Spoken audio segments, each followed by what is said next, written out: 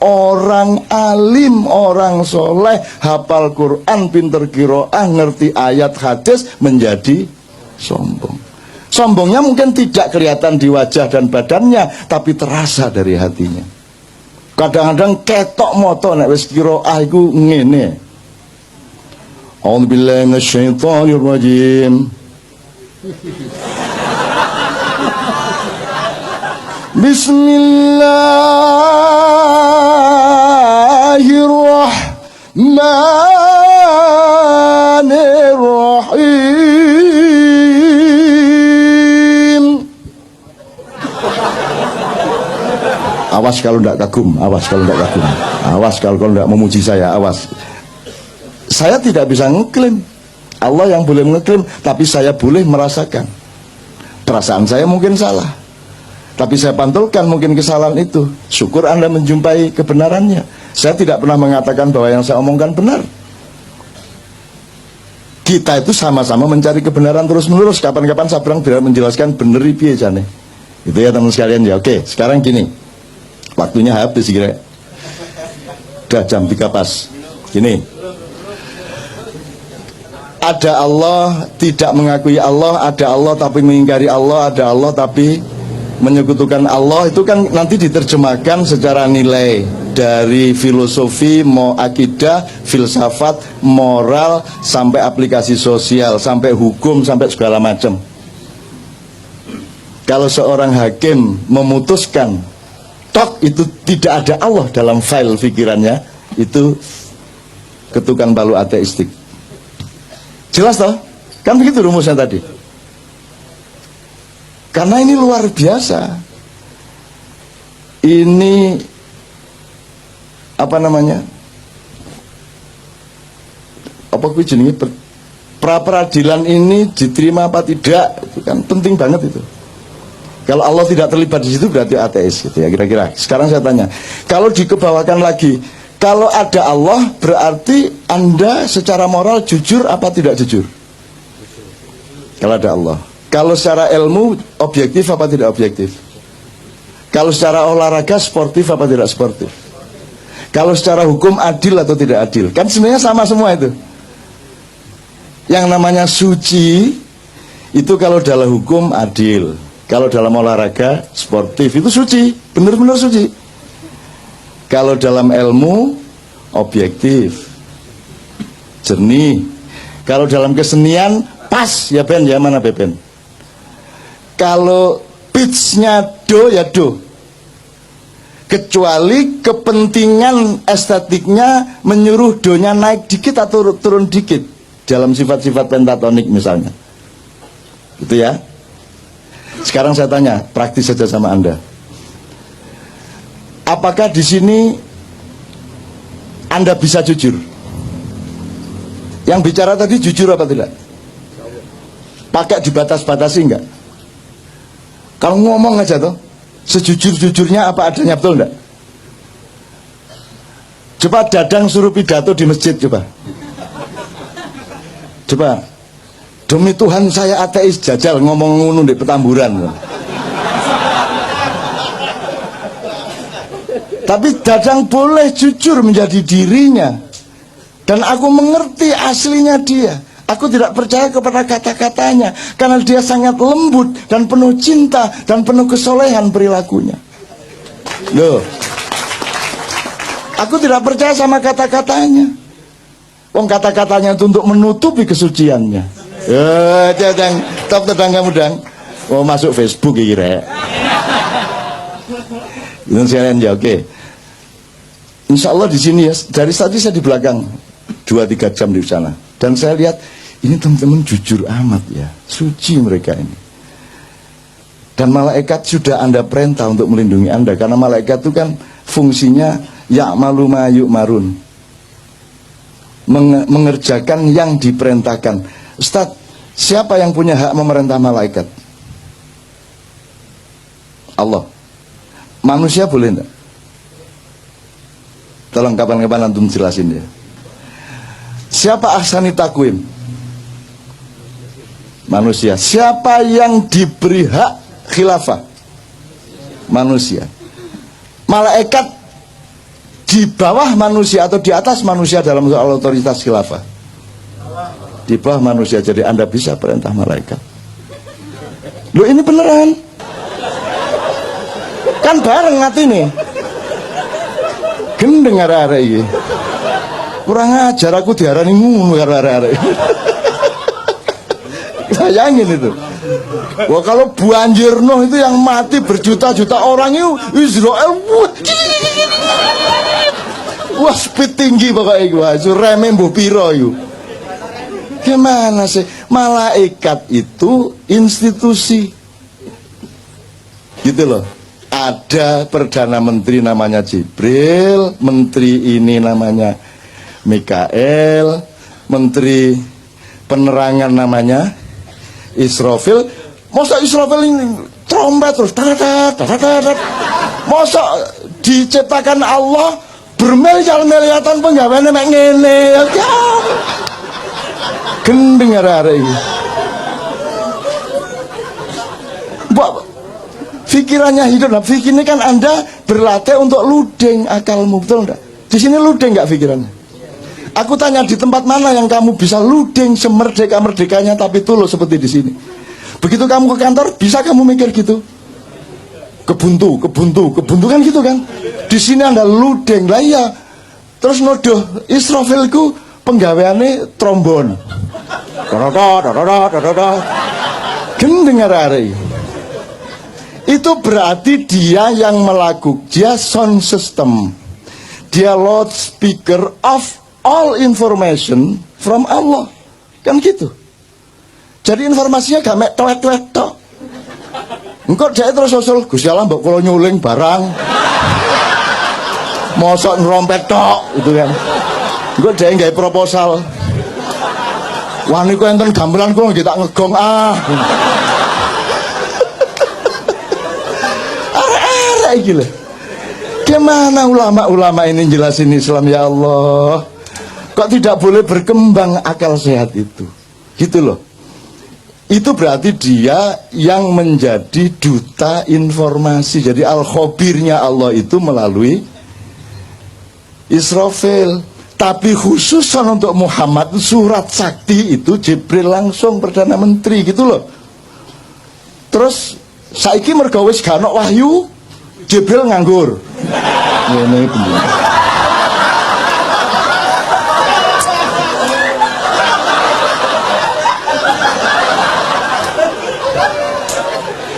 Semiliar tahun mulat. Terus gak ono nabi ya. Nunggu saya dikai akal gak digawe gitu. Jadi Jibril mau manggil karo awakmu itu. Aku mek diarani pensiun mulat. Terus mari ngono main biliar bola 3 kecetak-cetok ijen. Terus mari ngono aerobik. Arek-arek iki. Ndak. Makanya belajar madza al-wahyu wa ma adraka mal wahyu. Wahyu itu apa, dipelajari dong. Kalau ilham itu apa, hidayah itu apa, fadilah itu apa, maunah itu apa, dipelajari gradasinya, strukturnya, perangkat-perangkat dan persyaratannya. Kamu pikir Allah itu membikin terus Allah itu wah ngenteni jek suwe kira Jokowi, wah jek suwe ki Soeharto. Bagi Allah seluruh kejadian yang kita alami dari Adam sampai kiamat itu cuman des ngono tok. Kalamhin bil basar. Sekejapan mata ngene gitu. Jadi ketet ngene iki wis kita sudah berlangsung sekian triliun tahun. Itu sama dengan Nabi Sulaiman bikin sayembara, siapa yang bisa bawa istana Bilqis ke sini. Terus Ifrit, saya yang akan angkut memindahkan istana Bilqis ke sini. Berapa lama kamu membawa? Kata si Sulaiman alaihissalam. Sebelum baginda berdiri dari singgasana, istana sudah sampai ke depanku. Sulaiman kan menghormati jane wis kesuwen jane gitu, tapi dia nggak ngomong dia. Bisi aku tok kesuwen nun ya. Nggih aku.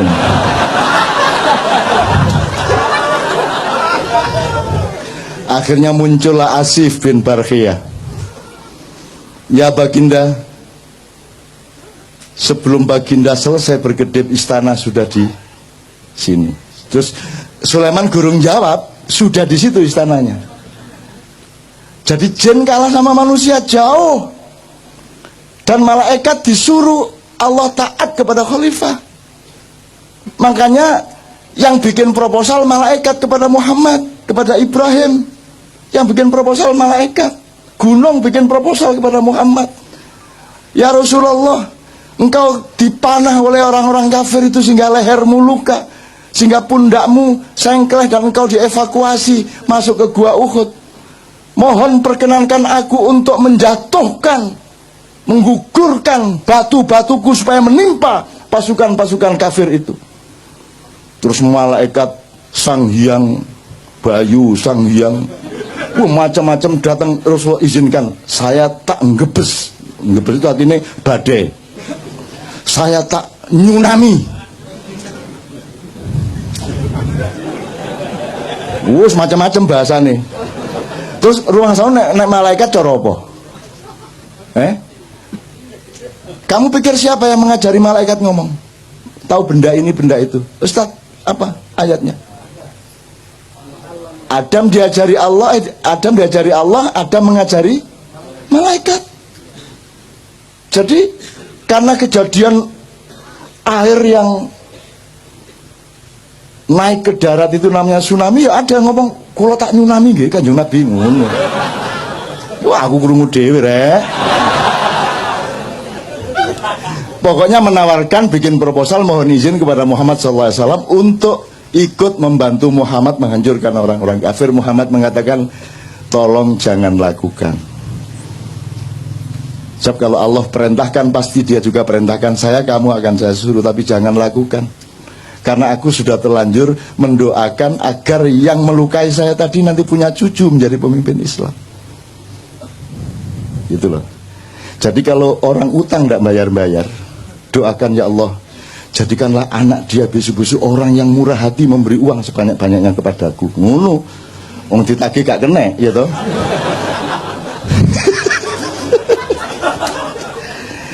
Gembira ya Anda ya. Loh, ini namanya rahmatan lil alamin. Bukan hanya rahmatan lil ard loh. Kita khalifatun fil ard, tapi rahmatannya lil alamin. Jadi Anda harus bisa ke Mars. Anda harus naik ke langit-langit. Anda harus ke langit 2, langit 3. Anda menembus dimensi-dimensi. Karena Anda berkewajiban untuk rahmatan lil alamin. Lah ini bumi tok aja kamu tidak bisa rahmatan lil alamin. Paten-patenan bendino. Soal tato gelut. Ayo tatoan gak oleh wudu. Gitu toh? Gak sah wudumu. Seneng arek-arek. Kok gak sholat? Aku gak iso wudu ya. Disangganya terus sedih, seneng. Wong gara-gara tatoan gak bisa wudu. Akhirnya dia gak pernah sholat kan. Sing salah sing bid'ahno atau sing haram gak sholat akhirnya. Jadi kalau Anda ingin tidak sholat, mulai besok tatoan. Padahal wudhu itu kan bukan urusan kebersihan jasad, tapi kebersihan hidupmu, rohanimu, perilakumu, akhlakmu. Makanya secara simbolik meripatmu dibasuh, karena kamu harus waspada, kamu sering melihat hal-hal yang tidak baik. Begitu juga telingamu, mulutmu, hidungmu, dan seterusnya. Kakimu, tanganmu dibasuh karena dia sering melakukan, dibersihkan dari perilaku-perilaku biasa. Kalau yang kentut pantatmu tidak diusap. Masa ana wudu ngene rek? Ngene wudu. Enggak ada. Padahal yang kentut siapa? Jadi yang kotor mana? Pantatnya tuh. Nah jadi ternyata wudu itu bukan urusan kotornya badan. Wong buktinya yang dicuci mukanya. Kalau Anda tidak paham soal ini, lama-lama badanmu bertengkar sendiri. Badanmu, wajahmu begitu diwudu, aku gak melok ngentut.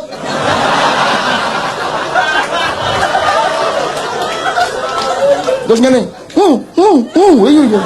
Ku, saya lihat itu saya ngentut dudu aku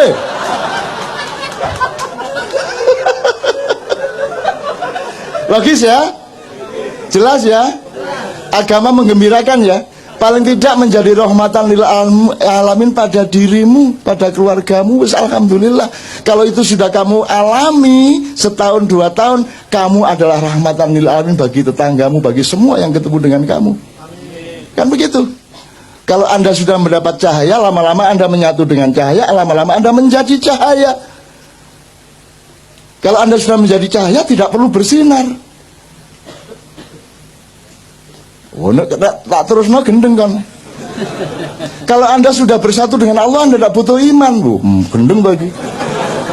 Terus YouTube, MH tidak butuh iman. Wow, titik 2. Dipotong meneh, so buntut. Gitu. Maksud saya, iman itu kan jalan, jembatan untuk kamu berjumpa, supaya kamu tidak ragu-ragu terhadap perjumpaan denganku, kata Allah. Maka kamu menyatu dengan Allah. Kalau kamu hidupmu sudah terus-menerus ludeng Allah dan kamu secara dialektis, kamu tidak butuh iman lagi. Loh, ngarepe ngono iku. Ojo terus MH anti iman. Loh, gendeng arek-arek iki. Saya ditanya wartawan MI, Cak, kalau puasa Mbak Novia memasakkan apa kalau buka? Terus aku jawab, pokoknya saya itu ndak ingin yang susah-susah.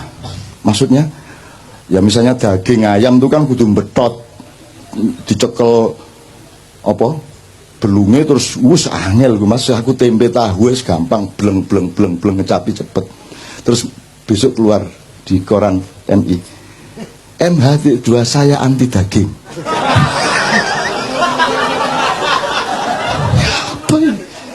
Saya anti daging. Oh, jangan vegetarian. Nah, runo terusan akhirnya. Saya enggak vegetarian. Saya tidak anti daging.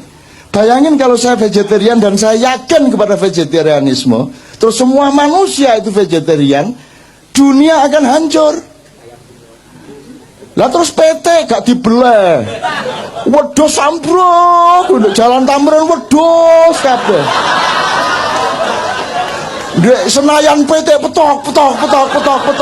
Lah ndak boleh disembelih, dibunuh ndak boleh, sembelih ndak boleh, terus piye? Wes akhirnya overpopulasi, kambing, sapi, kerbau, wes sembarang, burung dara semua nggak boleh diapa-apain kok. Jadi kalau vegetarian karena keperluan pribadi tidak ada masalah, tapi jangan dijadikan ideologi. Kalau tak laksanakan bener kan ngeluh dewe kan dasmu. Bayang no, wete iki. Macet-macet itu petok ubur petok ya apa. Istana iki sine wedhus. Ngarani bose.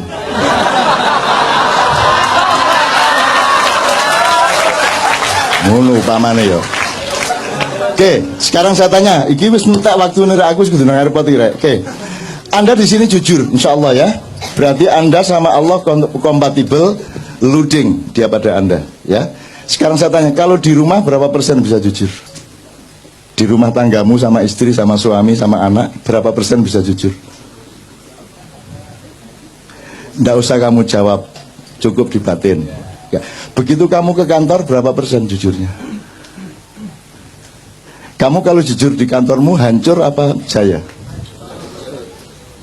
Kalau kamu jadi anggota DPR, dibutuhkan kejujuran berapa persen? Mana yang dibutuhkan kejujuran atau kekejaman? Mana yang dibutuhkan kesantunan apa ketegaan hati? Jadi di negara ini, di mana tempat kejujuran? Di mana tempat kesucian? Di mana tempat kemurnian? Di mana tempat objektivitas? Di mana tempat keadilan? Hanya di sini. Pas Jumat kedua tok. Nanti pulang ya nggawa gak jujure dhewe. Nanti teman sekalian ya. Bisa Anda teruskan negara yang tidak ada tempat untuk kejujuran? Bisa Anda teruskan? Apa yang salah sebenarnya? Ini negara atau bukan? Ini pemerintah atau bukan? Oke. Tak singkat yaitu jawaban dewe. Sampai kapan kamu bisa meneruskan keadaan seperti ini? Gini aja, terakhir. Salah satu parameternya gini. Parameter orang ingkar sama Allah, parameter orang mentiadakan Allah, menganggap Allah tidak ada, itu salah satunya adalah juga tidak mengakui hakikat ciptaan Allah. Misalnya Allah menciptakan batu, kerikil, kerakal, watu, aki enggak sih? Ya, fosil kayu ta sakar enggak sih? Batu mulia itu apa saja?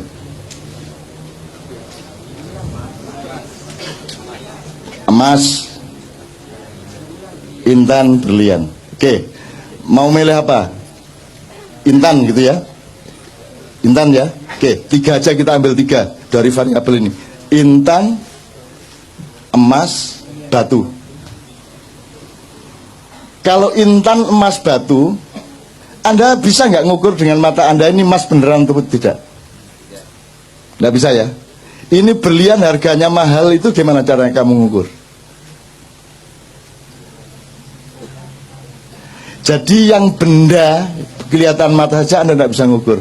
Sekarang Anda tahu nggak bahwa manusia itu dibikin oleh Allah, ada yang berkualitas batu, ada yang berkualitas tembaga, silver apa namanya, perak, emas, berlian, intan, mutiara. Betul enggak? Percaya enggak Anda bahwa ada manusia mutiara? Siapa contohnya manusia mutiara? Muhammadun Basharun laisa kal bashari bal huwa yaqut bainal hajari. Muhammad itu makhluk, tapi dia bukan sembarang makhluk. Dia bukan makhluk biasa. Dia adalah mutiara di tengah batu-batu. Tak persingkat ya Mas ya. Sekarang orang ngerti nggak bedanya manusia batu sama manusia mutiara? Diajarkan nggak di sekolahan? Untuk membedakan manusia bermutu dan tidak, diajarkan nggak? Orang sekarang ini, rakyat Indonesia, ngerti nggak bedanya manusia batu sama manusia mutiara? Nah kalau tidak, tolong simulasi. Bangsa yang tidak mengerti bedanya batu dengan mutiara, itu bisa terjadi apa pada mereka? Sebab nanti ada mutiara yang dibuang, karena toh orang tidak mengerti mutiara. Ada batu yang dimutiara-mutiarakan dengan pencitraan melalui Kompas, Tempo, dan lain sebagainya. Terus Anda semua percaya itu mutiara. Cuman dikasih warna kuning supaya seperti emas dan Anda percaya dia emas. Terus Anda harus pakai demokrasi, dan demokrasi itu biar seon emas sama seon batu sama. Satu suara. Demokrasi itu lahir dari bangsa yang tidak mengenal kemutiaraan manusia. Saya enggak provokasi ya. Di Quran itu yang disebut Allah apa? Ini Mas, sudah nikah? Belum? Mbak sudah nikah? Belum? Kok kabeh rawan ya apa? Lono abi panis iki. Sudah nikah? Sudah. Lebih penting mana, negara apa nikah? Nikah. Jelas ya? Umumkan tuh kepada setiap orang, bahwa negara kalah penting. Sekarang pilih mana, negaramu bubar atau pernikahanmu bubar? Dah jelas. Jadi kamu memberi bobot sesuatu itu mesti ngerti mana emas, mana mutiara, mana batu. Kalau kamu tidak mengerti itu, kamu akan celaka. Lebih parah lagi seterusnya. Nah sekarang ini yang terjadi adalah, untuk apa saya ambil emas mahal, susah nyarinya. Mbok sudah saya ambil batu saja, tapi tak cat seperti emas. Itu yang terjadi. Musik ya gitu, DPR ya gitu, pemerintah ya begitu, kan yang dicarikan batu-batu. Jadi kalau kamu sekarang oleh Allah diberi karomah sehingga Anda adalah mutiaranya bangsa Indonesia, Anda harus siap untuk sengsara, siap untuk tidak dianggap. Karena yang berkuasa dan yang punya duit tidak akan mau membeli Anda karena terlalu mahal harga Anda. Mending ambil batu di Anda-andakan, ngerti nggak? Ngerti ya? Oke. Sementara tidak ada orang marah, orang juga nggak ngerti kok bedanya emas sama. Jadi teman-teman di Ma'iyah ini nomor satu adalah tolong belajar kualitas manusia. Tolong mempelajari mana manusia batu, mana manusia mutiara, mana emas. Zaman kalau di Quran hanya disebut ada raja. Dan raja itu yang menentukan sebenarnya Allah, yaitu kalau orang rakyatnya sudah mengetahui, oh itu memang orang mutiara itu. Sulaiman itu memang mutiara.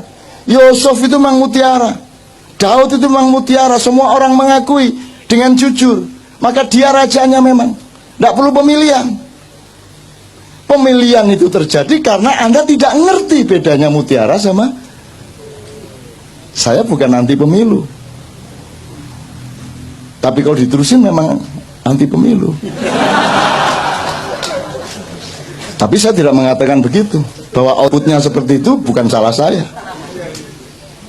Nah sekarang Anda mau pilih mana? Di Quran tidak ada disebut kecuali kerajaan dan raja. Dan Anda ditipu selama 500 tahun ini. Anda pikir yang di sana itu kerajaan, itu bukan kerajaan, itu bukan raja. Raja nggak begitu. Raja punya kualitas, raja punya wibawa. Kalau pakai terminologinya Ronggo Warsito ya Satrio Pinandito Sinisian Wahyu, Sinanding Wahyu, tidak apa-apa, Sinisian Sinanding bodoh sama. Jadi Anda harus bisa melihat. Nah sekarang mutiara-mutiara justru dihancurkan. Apakah dia inovator teknologi? Harus dihancurkan. Apakah dia wartawan kreatif? Dikeluarkan. Karena Anda mutiara. Anda mau jujur, mau jernih, mau berbinar-binar seperti mutiara, Anda dikeluarkan. Yang dibutuhkan batu-batu yang dipoles. Karena sekarang yang nomor satu pencitraan. Yang penting itu bukan kamu itu ayam atau bukan. Yang penting rasamu ayam. Bener nggak? Kata Sabrang, jeruk itu hanya dipakai untuk cuci piring. Nah yang diminum orang itu yang rasa jeruk. Gendeng ngomong saya. Apalagi orang Jawa, ini sedang periode di mana orang Jawa memperhinakan dirinya. Kalau ada sinetron yang paling rendah derajatnya pasti orang Jawa. Kalau pembantu rumah tangga harus orang Jawa. Kalau pelawak yang dibodoh-bodohkan pasti orang Jawa. Bahwa bahasa yang paling jelek adalah yang medok. Sehingga orang Jawa pun kalau di televisi menjawa-jawakan dirinya, bagaimana kamu kok baru datang sudah malam begini? Ya gak ada orang Jawa ngomong ngono rek. Dimedok-medokkan. Jadi dia bikin jeruk tanaman, bikin jambu, bikin opo, ternak lele. Engkau nek wis ada jeruk yang bagus disebut jeruk Bangkok. Pokoknya Jawa itu ngelek dewe. Begitu apik nek gak Bangkok, Bombay, apa meneh, Jumbo, Mandarin kan gitu. Pokoknya yang istimewa, yang mutiara disebut luar negeri. Nah Anda bulan depan harus mulai tahu bahwa Anda ini direkayasa untuk ditutupi, dimusnahkan, dipendem, dihancurkan, disembunyikan dalam waktu yang sangat lama, 500 sampai 700 tahun tergantung cara kita melihat bagaimana. Tetapi ini sudah sampai hampir ujungnya. Dan kita akan menemukan zaman yang baru sesudah itu. Insya Allah tidak lama lagi. Yang sehat badanmu, yang sehat, doakan saya juga sehat. Ini sudah berakhir, akan berakhir. Tapi kita masih akan lucu tidak karu-karuan beberapa tahun ke depan ini. Terus lucu sampai jangan guyu gitu. Itu ya teman-teman sekalian ya. Pokoknya mutiara dan batu ya tolong diingat. Itu aja kira-kira saya harus segera ke airport. Saya mohon tidak bersalaman malam hari ini karena engkau sudah rohani ya. Kalau engkau masih membutuhkan tangan, jasad dan materialku, engkau rendah. Tapi karena engkau dan aku sudah mengalami pertemuan rohani yang agung, maka tidak perlu bersalaman secara langsung. Itu caranya mergo kati kepingin cepet-cepet. Loh ya kan gitu, orang hidup kan mesra ya kalau begitu kan. Ya kan berarti aku sudah menyalamimu ini sekarang. Gitu ya. Tak doain semua Anda di sini akan oleh Allah dibuka seperti Rasulullah dibuka oleh Jibril dada dan kepalanya. Amin. Hidupmu akan semakin terbuka. Kapan Anda butuh, Anda dapat dari Allah. Kapan Anda ada kesulitan, langsung Anda ketemu kemudahannya. Amin ya rabbal alamin. Saya mohon kita semua berdiri, Ustaz, mohon didoakan. Untuk teman-teman yang beragama secara formal bukan muslim, Anda tolong jangan cemas dengan doa secara Islam ini, karena Islam itu rahmatan lil alamin. Jadi Anda dilindungi oleh orang Islam sepanjang Anda berbuat baik dan tidak curang kepada siapapun. Fadhil Ustaz. Al-Fatihah. A'udzubillahi minasyaitonir rajim. Bismillahirrahmanirrahim. Alhamdulillahirabbil alamin arrahmanirrahim maliki yaumiddin. Iyyaka na'budu wa iyyaka nasta'in ihdinas siratal mustaqim siratal ladzina an'amta 'alaihim. Astaghfirullahalazim astaghfirullahalazim astaghfirullahalazim. Allahumma shalli ala sayyidina Muhammad wa ala ali sayyidina Muhammad.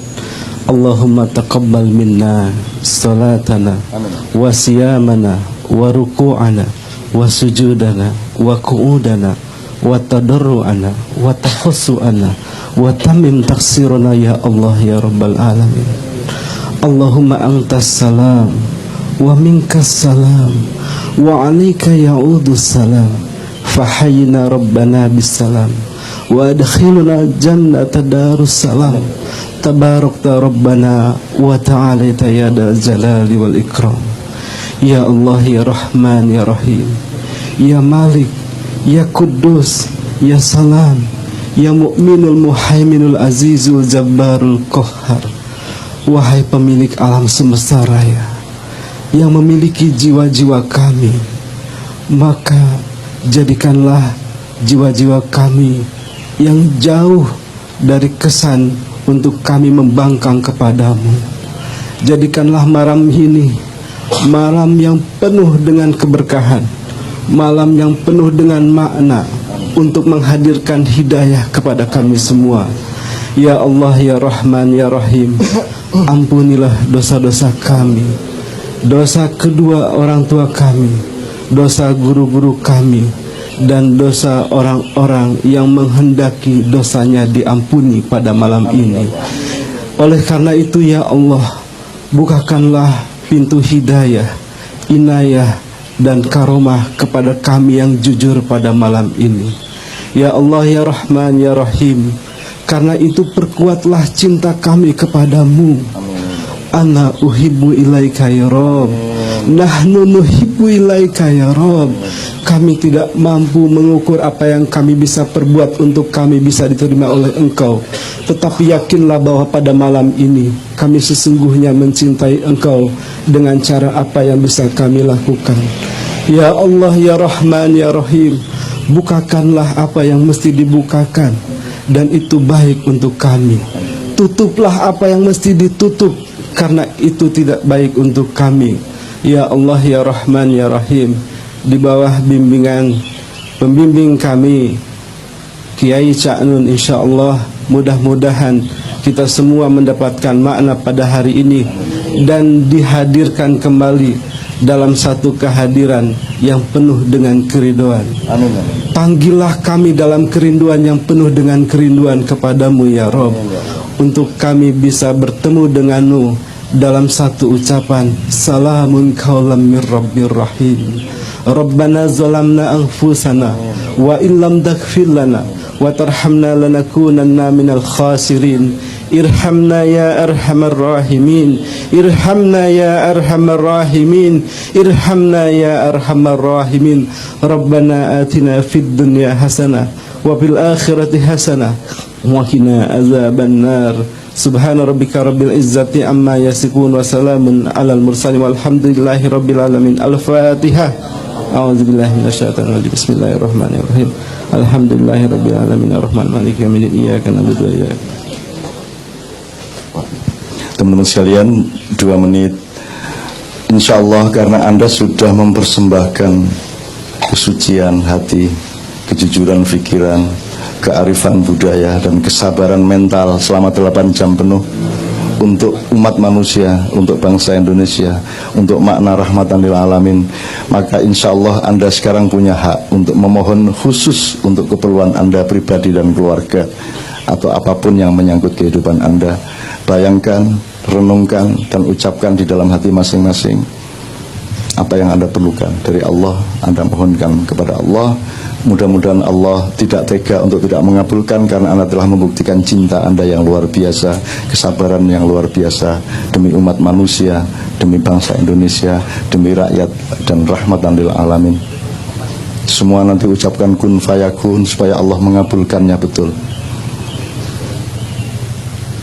A'udzu billahi minasy syaithanir rajim.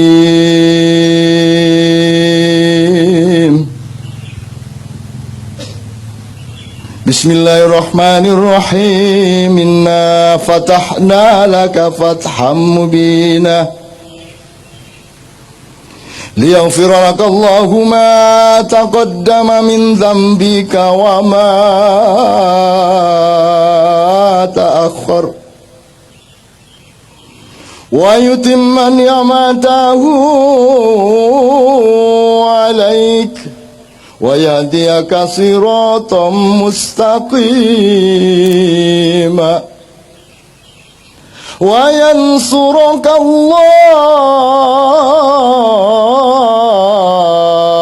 nasran aziza.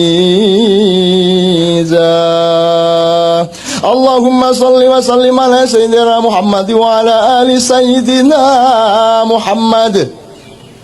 Innama amruhu idza arada syai'an ay yaqula lahu innama amruhu idza arada syai'an ay yaqula lahu innama amruhu idza arada syai'an ay yaqula lahu kun fayakun. Fasubhanalladzi biyadihi malakutu kulli syai'in wa ilaihi turja'un. Rabbana atina fid dunya hasanah wa fil akhirati hasanah wa qina adzabannar. Subhana rabbika rabbil izzati amma yasifun wa salamun alal mursalin walhamdulillahi rabbil alamin. Al-Fatihah. Alhamdulillah minasyaitonir rajim.